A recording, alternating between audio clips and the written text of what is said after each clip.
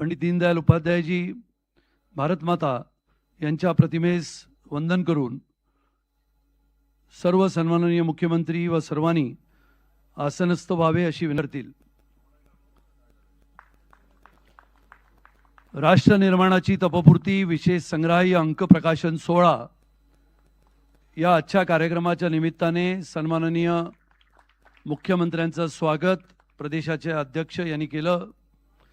महाराष्ट्र भारतीय जनता पार्टीचे प्रदेश अध्यक्ष माननीय आमदार श्री रवींद्र चव्हाणजी यांचं स्वागत प्रदेशाचे सरचिटणीस श्री राजेश पांडेजी करतील.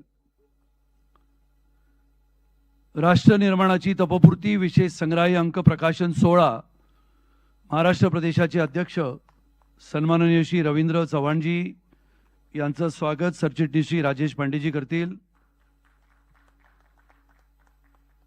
महाराष्ट्र राज्याचे मंत्री सन्माननीय श्री मंगलप्रभात लोढाजी यांचं स्वागत आमदार सरचिटणीस श्री संजय कुटेजी करतील.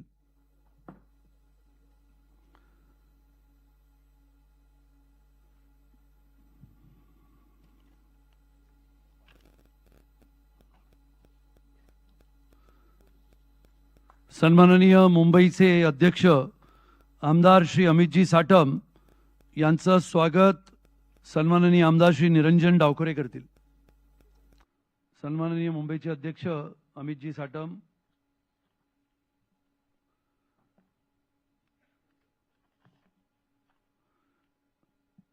राष्ट्र निर्माणाची तपपूर्ती या विशेष संग्रहाय अंकाचा प्रकाशन सोहळ्याच्या कार्यक्रमाला इनके हस्ते आदरणीय पंतप्रधान श्री नरेंद्र मोदी जी के 12 वर्ष. आदरणीय पंतप्रधान श्री नरेंद्र मोदीजींच्या सर्वांनी घोषणा द्यायच्या आहेत.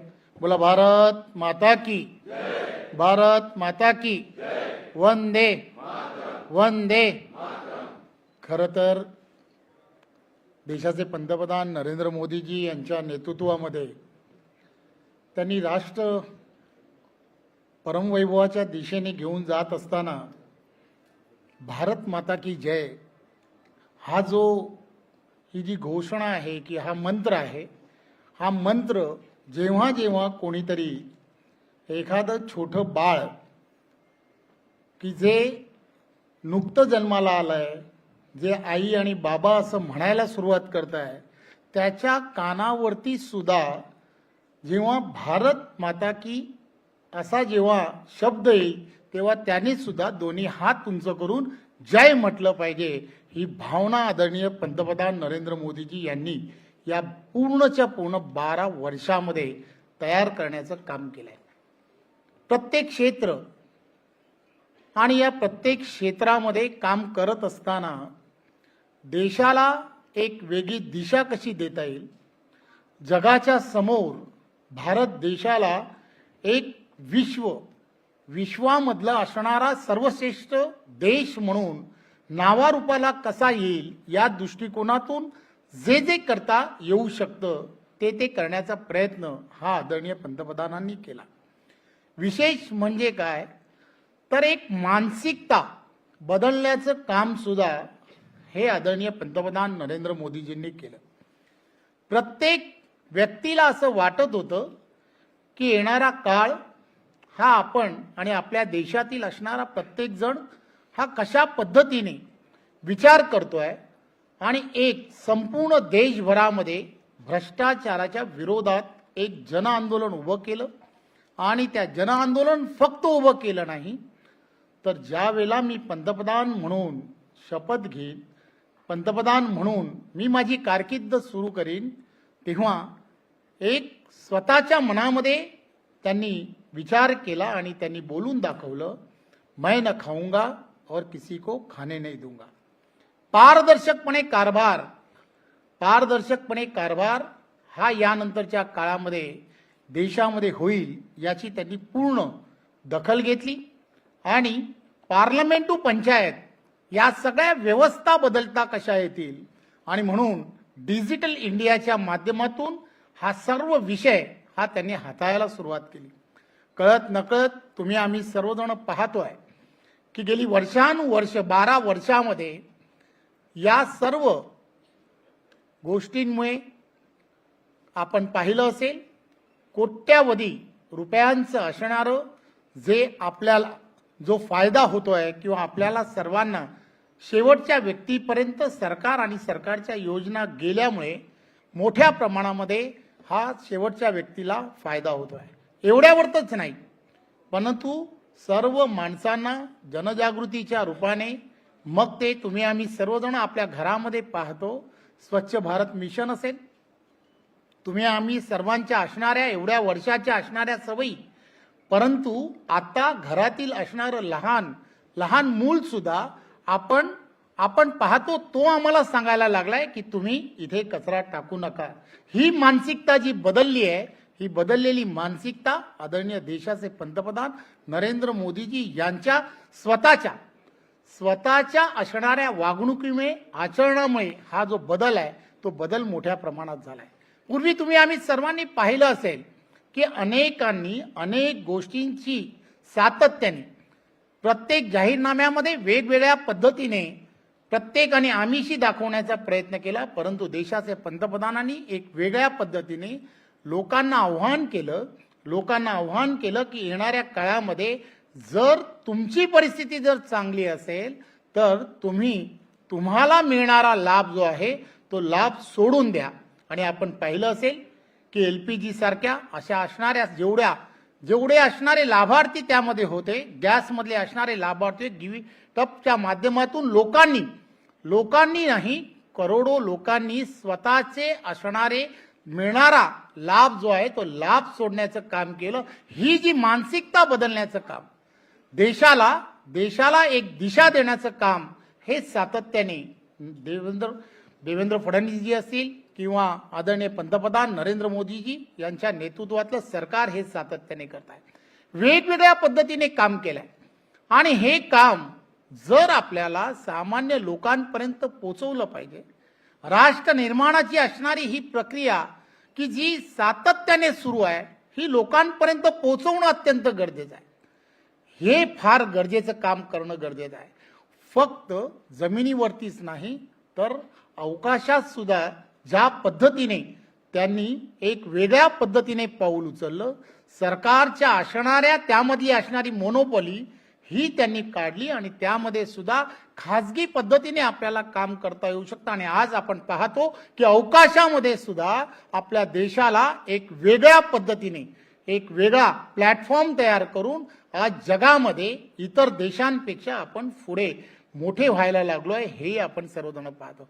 त्यामुळे देशाच्या पंतप्रधानांनी या 12 वर्षामध्ये वेगवेगळ्या पद्धतीने देशाला परमवैभवाच्या दिशेने घेऊन जाण्याचं काम केलंय, याची आपणा सर्वांना कल्पना आहे. परंतु हा सर्व एखादी गोष्ट मग त्यामध्ये महाराष्ट्र प्रदेश भारतीय जनता पार्टीच्या आम्ही सर्वांनी या सर्व गोष्टींमध्ये असा विचार केला की आपण यामधले असणारे फक्त 12 विषय की 12 विषय घेऊन आपल्याला एक चांगलं असं संग्रही असं कॉपी टेबल बुक तयार करता येऊ शकतं का.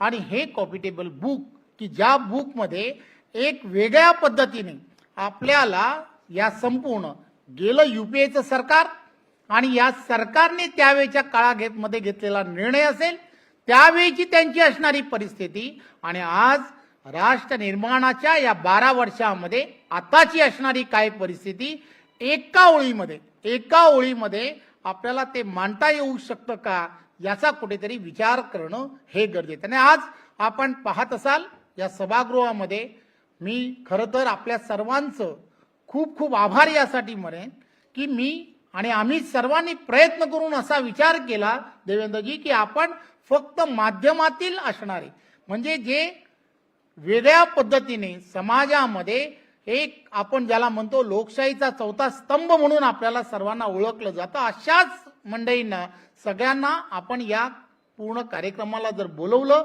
आणि यांना आपण ही जी आज जे कॉफी टेबल बुक जे आहे ते बुक ज्याचं आज आपल्या हस्ते प्रकाशन होणार आहे, या प्रकाशनाची एक प्रत देऊन त्याचा प्रचार आणि प्रसार आपण सर्वांच्या माध्यमातून जर करता आला तर नक्कीच जे तुम्हाला आम्हाला आणि देशातील 140 कोटी जनतेला येणाऱ्या काळात आणि पुढच्या भविष्यातील असणाऱ्या तरुणांना जे अपेक्षित आहे ते तुम्ही आणि आम्ही सर्वजण साध्य करू शकतो.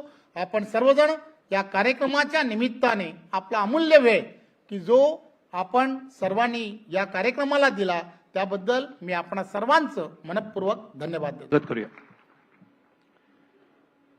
हिंदवी स्वराज्याचे सरसंस्थापक छत्रपती शिवरायांना मानाचा मुजरा करतो. भारतीय राज्यघटनेचे शिल्पकार भारतरत्न डॉक्टर बाबासाहेब आंबेडकर यांना मानवंदना अर्पित करतो.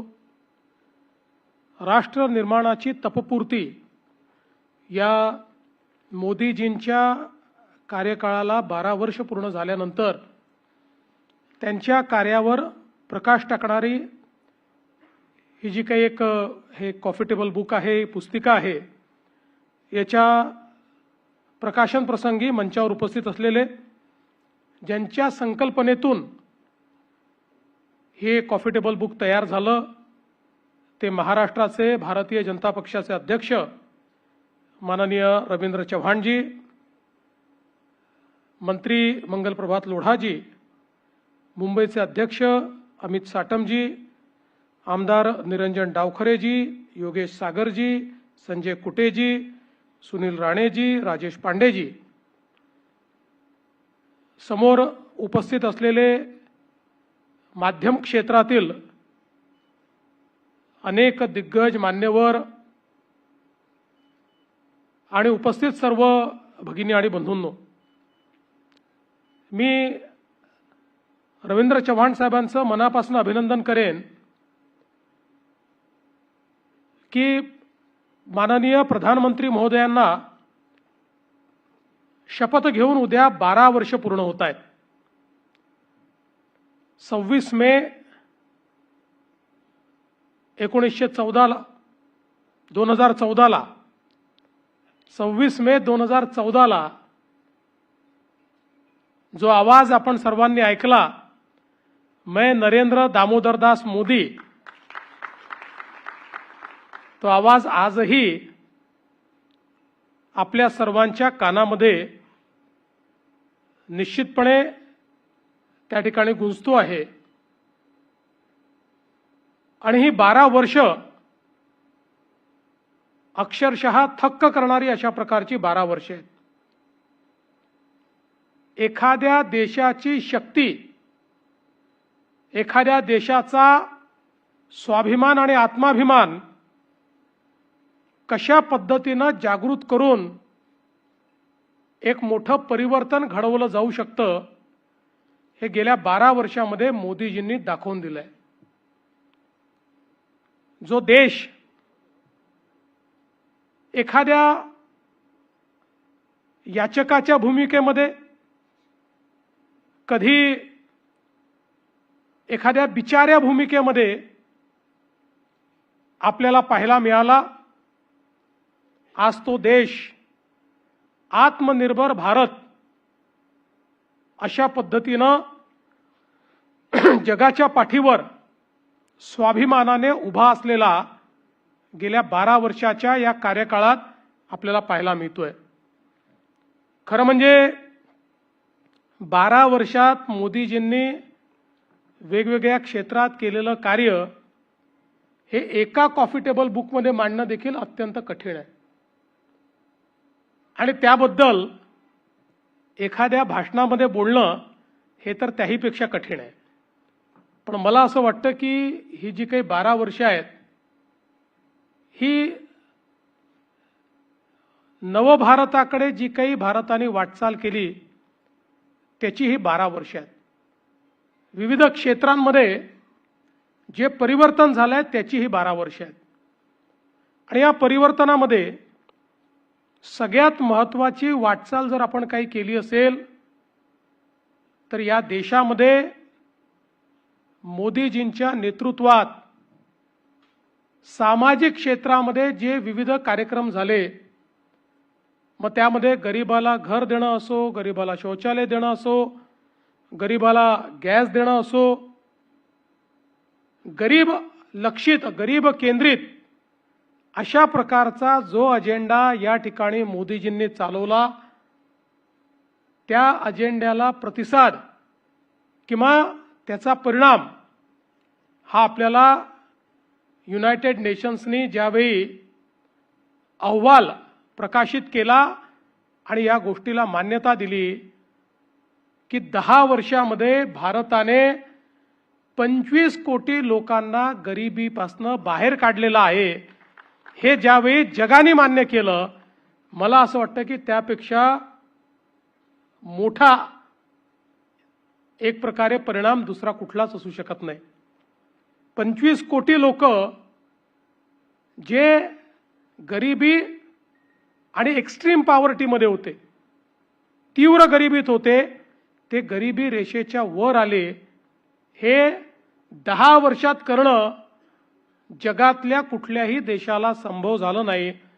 ते मोदीजींच्या गरीब कल्याणाच्या अजेंड्याने करून दाखवलं. विविध क्षेत्रांमध्ये ज्या प्रकारे मोदीजींनी या देशाचा पायवा रचला, आता याच्या पुढे सातत्याने त्याच्यावरच्या इमारतीवर मजलेच चढणार आहेत. आपण पुढेच जाणार आहोत, कारण इतका भक्कम पाया मोदीजींनी रचलेला आहे की आता पाठीमागे जाण्याचं काहीच कारण नाही. आज आपण बघा, अर्थव्यवस्था म्हणून भारताने केलेली प्रगती ही थक्क करणारी प्रगती आहे. आपल्या भारताचा GDP जो 2013-14 साली 103 लाख कोटी होता, आज तो GDP 357 लाख कोटीपर्यंत पोहोचलाय. म्हणजे 10 वर्षामध्ये 3 पटीने आपला GDP या ठिकाणी वाढलेला आहे. महाराष्ट्राचाच आपण विचार केला तर साधारणपणे 13-14 मध्ये जो महाराष्ट्राचा GDP 13 लाख कोटीचा होता, तो आता 54 लाख कोटी रुपयांपर्यंत पोहोचलेला आहे. आणि मला असं वाटतं की ही जी काही एक प्रकारे देशाच्या अर्थव्यवस्थेची वाढ आहे, मोदीजींनी एक महत्त्वाचा शिफ्ट देशाच्या अर्थकारणात आणला. UPAच्या सरकारमध्ये मानसिकता अशी होती की आम्ही लोकांकरता योजना तयार करू आणि जे काही आहे ते अनुदानाच्या स्वरूपात लोकांना देऊ, त्याच्यावर लोकांनी जगलं पाहिजे. आम्ही नवीन संधी निर्माण करणार नाही, आम्ही देशाच्या विकासावर, देशामध्ये पायाभूत सुविधा तयार करण्यावर कोणताही खर्च करणार नाही, लोकांना आपल्यावर अवलंबित करून ठेवू, अशा प्रकारच्या मानसिकतेतून, ज्याला डोल्सची इकॉनॉमी म्हणतो, अशा प्रकारची अर्थव्यवस्था, अनुदान प्रणित अर्थव्यवस्था ही त्या काळामध्ये तयार झाली. आणि त्याचा परिणाम असा झाला की हळूहळू अर्थव्यवस्थेच्या ताणामुळे आपण संधी पण निर्माण करू शकलो नाही आणि लोकांना त्यांच्या जीवनाकरता आवश्यक काय आहे तेही देऊ शकलो नाही. परिणामतः इतक्या मोठ्या प्रमाणात देशातल्या गरिबीमध्ये एक मोठी जंप आपण 10 वर्षाच्या UPAच्या कार्यकाळात पाहिली. मोदीजींनी सांगितलं की आपल्याला अर्थव्यवस्था अशी करावी लागेल की ज्या अर्थव्यवस्थेमध्ये गुंतवणुकीच्या माध्यमातून संधी तयार होईल, त्या संधीच्या माध्यमातून देशाची अर्थव्यवस्था विस्तारित होऊन देशाच्या तिजोरीमध्ये पैसा येईल आणि आलेल्या पैशाचा उपयोग करताना गरीब कल्याणाचा अजेंडा चालवून देशातली गरिबी दूर करून गरिबालाही आपल्या पायावर उभं करण्याचं काम हे देशातलं सरकार करेल. अशा प्रकारचे एक आर्थिक नवीन विचार, जो अंत्योदयाचा विचार आहे, जो दीनदयालजींचा विचार आहे, हा विचार या ठिकाणी मांडण्याचं काम, आणि केवळ मांडण्याचं नाही तर ते प्रत्यक्षात आणण्याचं काम हे मोदीजींनी या ठिकाणी करून दाखवलं. आज आपण पाहतोय की अर्थव्यवस्थेच्या क्षेत्रामध्ये ही जी काही वाढ आहे, आज जगातली चौथी सर्वात मोठी अर्थव्यवस्था आपण झालो, लवकरच तिसरी मोठी अर्थव्यवस्था होऊ. हा जो काही विस्तार आहे हा केवळ घोषणांनी झालेला नाही, त्याला त्याच्या पाठीमागे एक मोठी विस्तृत स्ट्रॅटेजी, त्याच्या पाठीमागे विकासाचा अजेंडा हा मोदीजींनी उभा केला. आणि मग इन्फ्रास्ट्रक्चरचं सेक्टर असेल तर इन्फ्रास्ट्रक्चरमध्ये मोदीजींनी भारतमाला असेल किंवा त्या ठिकाणी वेगवेगळ्या प्रकारचे प्रोजेक्ट्स असतील, यातनं सागरमाला आणि भारतमालाच्या माध्यमातनं देशामध्ये रोडचं एक मोठं नेटवर्क उभं केलं. आणि इतक्या मोठ्या प्रमाणात देशामध्ये दळणवळणाची साधनं उभी केली. रोड्स आणि ब्रिजेस आणि टनेल्स याच्या माध्यमातनं एक इन्फ्रास्ट्रक्चरचा इतका मोठा कार्यक्रम आपल्या देशाने हातात घेतला.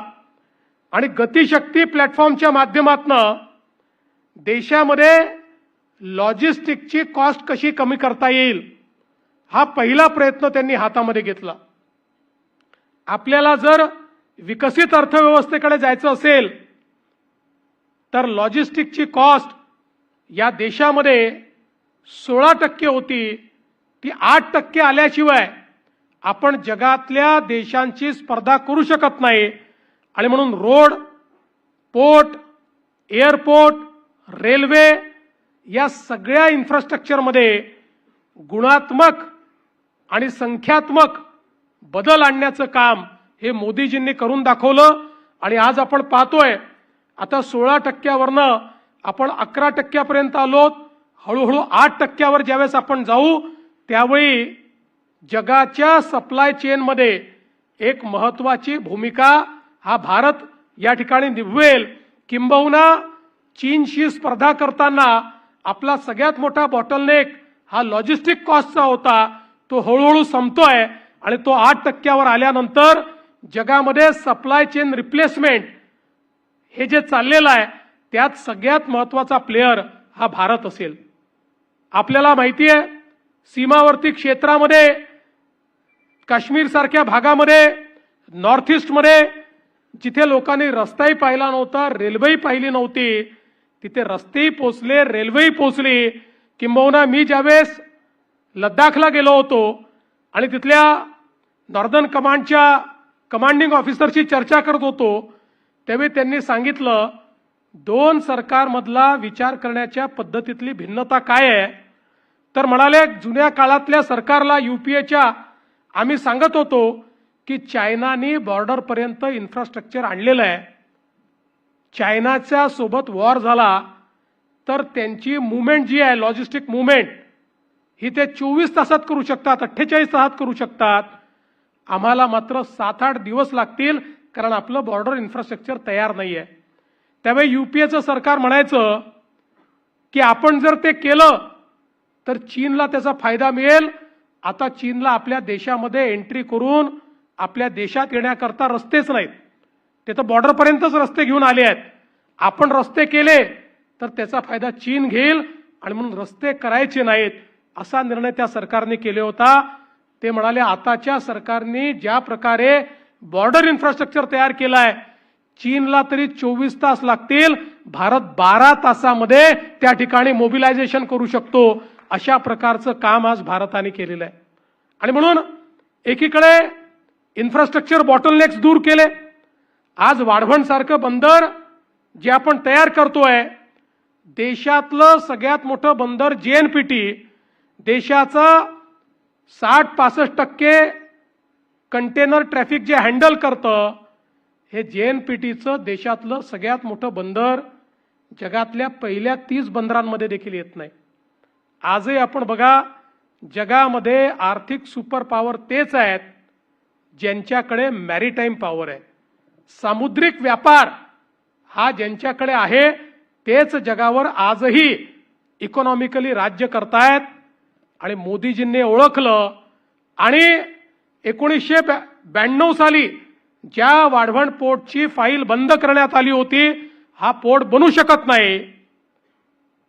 आपलं सरकार आल्यानंतर आपण ती फाईल उघडली त्या संदर्भातले बॉटलनेक्स दूर केले आणि माननीय मोदीजींनी त्या ठिकाणी देशातला सगळ्यात मोठा पोर्ट, JNPT पेक्षा 3 पट मोठा पोर्ट, आणि ज्या दिवशी तयार होईल त्या दिवशी जगातल्या पहिल्या 10 पोर्ट मधला पोर्ट अशा पद्धतीनं वाढवणचं बंदर हे आपण तयार करतोय. एकटं वाढवणचं बंदर मॅरीटाईम पॉवर म्हणून 30 वर्ष आपल्याला पुढे नेणार आहे. अशा पद्धतीचं काम आज इन्फ्रास्ट्रक्चरच्या क्षेत्रात होत आहे. आपण बघतोय रेल्वे बदललेली आहे. मी परवा वंदे भारत ट्रेननी शिर्डीला गेलो. जगातल्या अनेक ट्रेन्समध्ये मी देखील बसलेलो आहे. पण वंदे भारत ट्रेनमध्ये बसल्यानंतर आणि जपानच्या ट्रेनमध्ये, चीनच्या ट्रेनमध्ये किंवा स्वित्झर्लंडच्या ट्रेनमध्ये बसल्यानंतर कुठलाही फरक आपल्याला पाहायला मिळत नाही. इतकी चांगली ट्रेन आणि तीही भारतामध्ये तयार करून दाखवण्याचं काम हे आपल्या सरकारने या ठिकाणी केलेलं आहे. त्यामुळे रेल्वेचं क्षेत्र असो, आता रेल्वेमध्ये जे फ्रेट कॉरिडॉर्स आहेत त्याची गती वाढवण्याचं काम हे वेगानं चाललेलं आहे. जी गती 10, 12, 15 किलोमीटर ॲव्हरेज याची ती आता 25 पर्यंत पोहोचली आहे, 35 पर्यंत पोहोचते आहे, ती 50 पर्यंत पोहोचली तर आपल्या ट्रान्सपोर्टेशनच्या कॉस्टमध्ये खूप मोठ्या प्रमाणात फरक पडेल. अशा पद्धतीचं काम इन्फ्रास्ट्रक्चरच्या क्षेत्रामध्ये आज झालेलं आपण बघतोय. यासोबत या देशामध्ये संधी तयार व्हावी याकरता झालेले जे काही रिफॉर्म्स आहेत, या रिफॉर्म्समध्ये मी तर असं म्हणेन की GST हा एक असा रिफॉर्म आहे की ज्याच्यामुळे आम्ही क्वांटम जंप घेतली. आज आपण बघा, जेव्हा GST या देशामध्ये आला आणि आम्ही ट्रेड बॅरियर्स त्या ठिकाणी तोडले. पूर्वीच्या काळी प्रत्येक राज्य आपला टॅक्स लावायचं आणि त्यामुळे आमच्याकडे परदेशी गुंतवणूकदार हे येऊ शकत नव्हते. ट्रेड बॅरियर्समुळे अनफेअर ट्रेड होता, त्यामुळे लेवल प्लेइंग फील्ड नव्हती. एक प्रकारे हे बॅरियर्स वेपनाइज केले जायचे, त्यातनं देशाच्या अर्थव्यवस्थेवर विपरीत परिणाम व्हायचा. अनेक वर्ष UPAच्या सरकारने GST आणण्याचा प्रयत्न केला, ते यशस्वी झाले नाहीत. पण मोदीजींनी GSTवर एकमत घडवलं आणि घडवून या देशामध्ये GST आणला. मला आजही आठवतं की ज्यावेळी GSTचं बिल राज्याच्या विधानसभेमध्ये मी मांडलं होतं, त्यावेळी विधानसभेमध्ये आमच्या विरोधकांनी खूप गदारोळ करून सांगितलं होतं, आपण मॅन्युफॅक्चरिंग स्टेट आहोत. मॅन्युफॅक्चरिंग स्टेट असल्यामुळे आपला आजचा जो वॅट आहे तो GSTत कन्वर्ट झाला तर तो कमी होईल, महाराष्ट्राचं नुकसान होईल. महाराष्ट्राने GST स्वीकारू नये. त्यावेळेस मी भाषणामध्ये सांगितलं होतं की आपण मॅन्युफॅक्चरिंग स्टेट आहोत आणि बॉर्डरलेस व्यापार जर सुरू झाला तर आपला जो काही मॅन्युफॅक्चरिंग बेस आहे हा मोठ्या प्रमाणात वाढेल. आणि ज्यावेळेस मॅन्युफॅक्चरिंग बेस वाढतो त्यावेळी त्या मॅन्युफॅक्चरिंग करता कन्झम्पशन देखील करावं लागतं आणि म्हणून आपल्याला त्या माध्यमातून मोठ्या प्रमाणात GST मिळेल. आज आपण बघा 2017, 18, 16, 17 जेव्हा आपला वॅट गेला आणि GST आला त्यावेळी महाराष्ट्राचं हायेस्ट कलेक्शन हे 75,000 कोटी रुपये होतं, जे मागच्या वर्षी 2,75,000 कोटी रुपये झालं. आणि आत्ताच परवा आपण बघितलं असेल की GSTचे आकडे घोषित झाले. या आकड्यांमध्ये आपल्या नंतरची जी दोन्ही राज्य आहेत, 2 नंबर आणि 3 नंबर, ती दोन्ही राज्यांना एकत्रित केलं तरी देखील महाराष्ट्राचा GST जास्त आहे. आणि एक क्वांटम जंप आपण त्या ठिकाणी घेतली GSTमुळे. आणि सगळ्यात महत्त्वाचं की त्या काळामध्ये सगळे असं म्हणायचे की GST फेल होणार आणि त्याचं कारण ते सांगायचे. 20-25 देशाचा त्या ठिकाणी अनुभव सांगितला जायचा, या देशात फेल झाला, त्या देशात फेल झाला. पण मोदीजींनी GST तयार करताना या देशातली सगळ्यात मोठी क्रांती जर काही केली असेल तर GSTNचं नेटवर्क हे डिजिटल इंडियामधलं एक असं क्रांतिकारी पाऊल आहे. एक अशी ही मी तर असं म्हणेन की जादुई नेटवर्क आहे की ज्याच्यामुळे आज बघा जीएसटीएन मध्ये जीएसटी भरणाऱ्यांचा बेस, व्हॅट भरणारे जे लोक होते त्याच्यापेक्षा 5 पट लोक वाढले. पण जीएसटीएन मुळे सीमलेसली कुठलंही त्या ठिकाणी ह्युमन इंटरव्हेन्शन न करता आज जीएसटी भरता येतोय. आणि नेटवर्क असं आहे की त्या नेटवर्कमध्ये जीएसटी भरल्यानंतर केंद्राचे पैसे थेट केंद्राला जातात, राज्याचे पैसे थेट राज्याला येतात. कुठेही केंद्र आणि राज्य एकमेकावर अवलंबून नाही अशा पद्धतीनं जीएसटीएनचं नेटवर्क हे त्या ठिकाणी तयार करण्यात आलं. आणि म्हणून आज भारत हा या जीएसटीमुळे एक सिंगल बाजारपेठ झाल्याबरोबर मोठ्या प्रमाणात परदेशी गुंतवणूक सुरू झाली. अर्थात त्याचाही फायदा महाराष्ट्राला सर्वात जास्त झाला, कारण देशात परदेशी गुंतवणूक तर 5-7 पटींनी वाढली, पण येणाऱ्या गुंतवणुकीपैकी 40% गुंतवणूक ही एकट्या आपल्या महाराष्ट्रात यायला लागली. त्याचा सगळ्यात मोठा फायदा आणि बेनिफिशरी आपला महाराष्ट्र आहे. आणि म्हणूनच आपण जर बघितलं तर डिजिटल इकॉनॉमीमध्ये भारताने जे पाऊल ठेवलं, यूपीआय हे आपल्या डिजिटायझेशनचं एक दुसरं आश्चर्य आहे. यूपीआय ज्या प्रकारे पेमेंट गेटवे भारताने तयार केला, जगातल्या मोठ्या मोठ्या देशांनी आश्चर्याने तोंडात बोट घातलं. आणि जगातले किमान 25 देश असे आहेत की जे आता यूपीआय वापरतात, त्यांचा पेमेंट गेटवे हा यूपीआय आहे. मी आता ज्यावेळेस डावोसला गेलो होतो तर डावोसमध्ये त्या ठिकाणी त्यांनी 9 देशांच्या आर्टिफिशियल इंटेलिजन्स मिनिस्टरची एक कॉन्फरन्स केली आणि मला देखील एक चीफ मिनिस्टर म्हणून त्या ठिकाणी बोलवलं. आणि त्या ठिकाणी ज्यावेळेस आम्ही चर्चा करत होतो त्यावेळी ब्राझीलच्या आर्टिफिशियल इंटेलिजन्सच्या AI मिनिस्टर होत्या, त्या ब्राझीलच्या अर्थमंत्री देखील होत्या. त्यांनी त्या ठिकाणी सांगितलं की आता आम्ही कंप्लीट डिजिटल अशा पद्धतीच्या इकॉनॉमीकडे चाललो आहोत. आणि या डिजिटल इकॉनॉमीमध्ये जात असताना आम्ही भारताचा यूपीआय स्वीकारलाय आणि त्याच्यामुळे आमची डिजिटल इकॉनॉमी चांगल्या पद्धतीनं प्रोसेड होते आहे. त्यावेळी मला इतका अभिमान वाटला की आपल्या मोदीजींनी एक अशी गोष्ट तयार केली की ब्राझील सारखा देश, जगातले मोठे मोठे देश हे या ठिकाणी आज आपला यूपीआय स्वीकारतायत. आणि याच्यामुळे आपल्या देशातल्या डिलिव्हरी सिस्टीममध्ये म्हणजे आपल्याला कल्पना आहे, राजीव गांधी म्हणाले होते 1 रुपया दिल्लीतनं पाठवतो तर केवळ 15 पैसे शेवटच्या माणसापर्यंत पोहोचतात. कारण आपली डिलिव्हरी सिस्टीम अशी होती जी व्यक्ती केंद्रित नव्हती, ती त्या ठिकाणी जी व्यवस्था आहे ती व्यवस्था केंद्रित होती.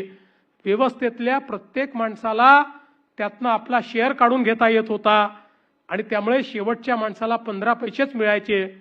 पण मोदीजींनी ही जी सिस्टीम उभी केली, मोबाईल आणि यूपीआयची जी सिस्टीम तयार केली, जनधन खात्यांची जी सिस्टीम तयार केली, त्यामुळे आता कुठल्याही योजनेचे पैसे हे थेट बेनिफिशरीच्या खात्यामध्ये जातात. आता आपल्याला हे ऐकायला मिळत नाही की तहसीलदाराने पैसा रोखला, तलाठ्याने आमचे पैसे खाऊन टाकले, कुठल्या तरी इंजिनियरने आमचे पैसे मारून टाकले. आता हे होत नाही, थेट लोकांच्या खात्यामध्ये पैसे जायला लागले.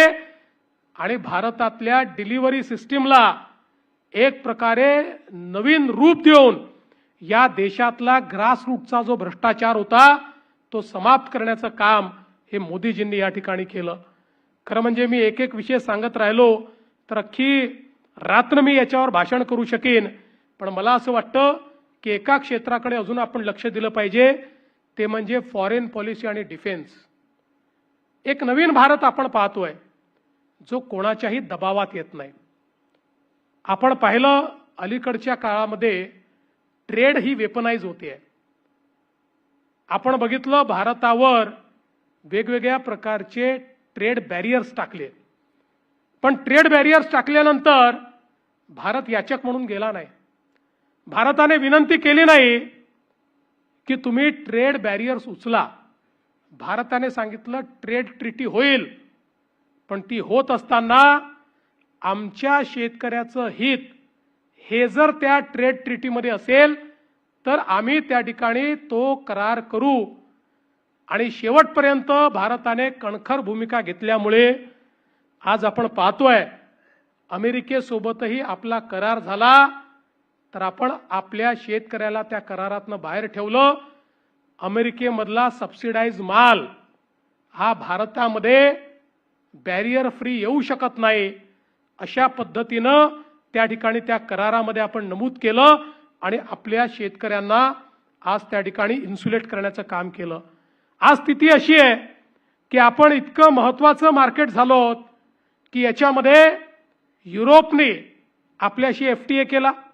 आता भारत आणि युरोप हे असे पार्टनर्स आहेत की ज्यांच्यामध्ये व्यापार करार झाल्यामुळे बॅरियरलेस भारताला आपल्या वस्तू युरोपच्या मार्केटमध्ये पाठवता येतात.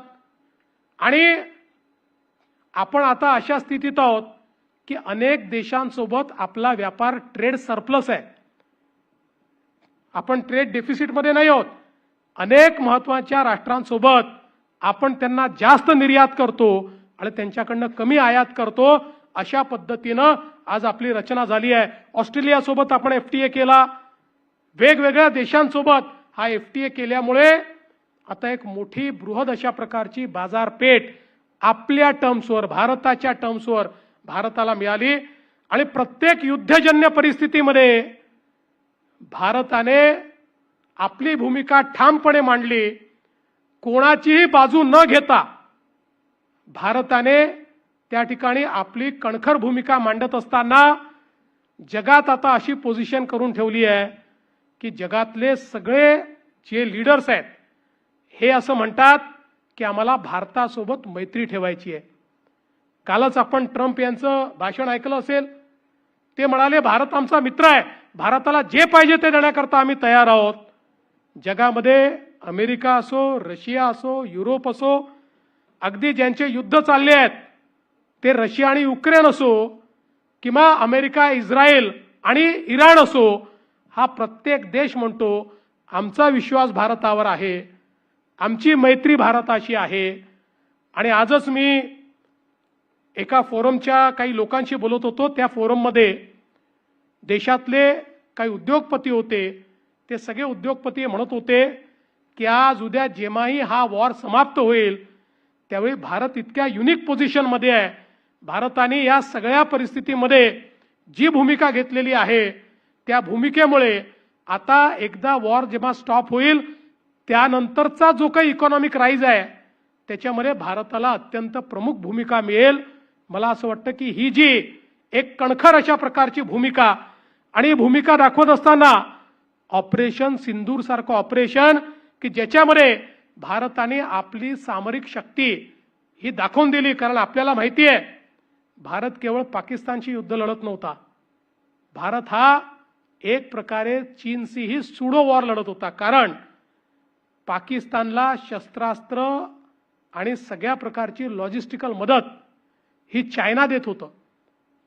सगळा त्या ठिकाणी खर्च जो काही असेल त्यामध्ये आपल्याला कल्पना आहे की तो कुठून येत होता हे सगळ्यांना माहिती आहे. पण भारताने दाखवून दिलं की भारतामध्ये तयार झालेले जे इक्विपमेंट्स आहेत, भारताचे ड्रोन्स, भारताचे जे काही मिसाईल्स, याची शक्ती आपण दाखवून दिली.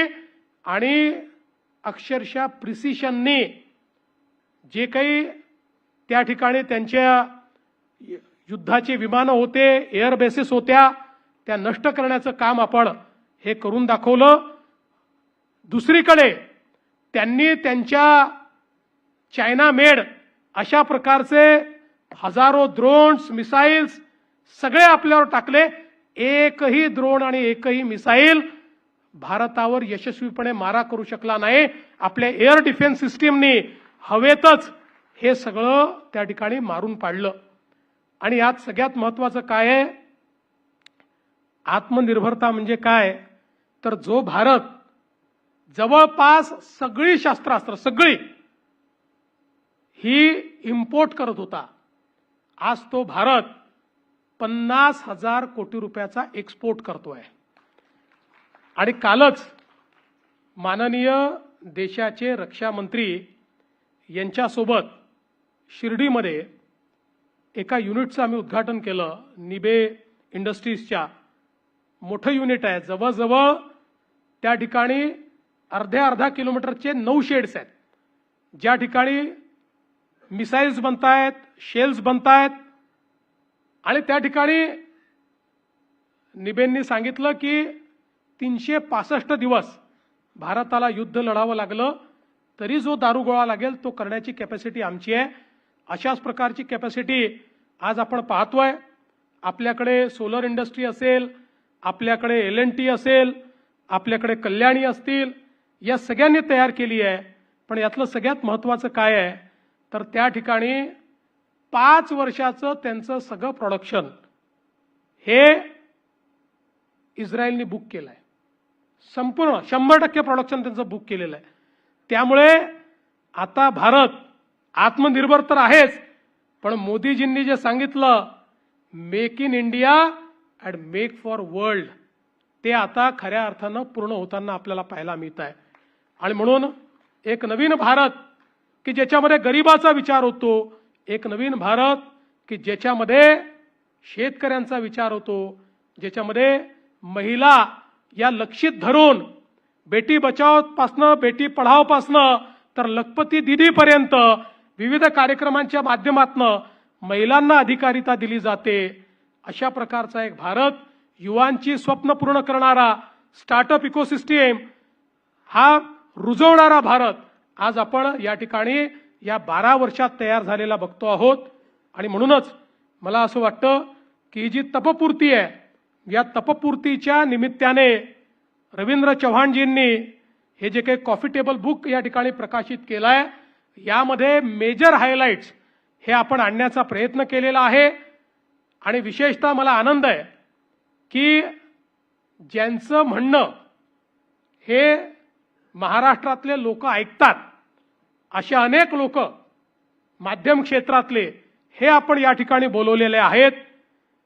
हा संपूर्ण विषय जे ॲम्प्लिफाय करू शकतात अशा पद्धतीची मंडळी या ठिकाणी सगळी आलेली आहेत. त्यामुळे मला विश्वास आहे की आपल्या सर्वांच्या माध्यमातून भारताची ही वाटचाल ही आपण जनाजनापर्यंत पोहोचवण्याचा प्रयत्न कराल. मी आपल्या सर्वांचे मनापासून आभार मानतो. माननीय रवींद्र चव्हाणजीचे मनापासून अभिनंदन करतो आणि माझं बोलणं संपवतो. जय हिंद, जय महाराष्ट्र.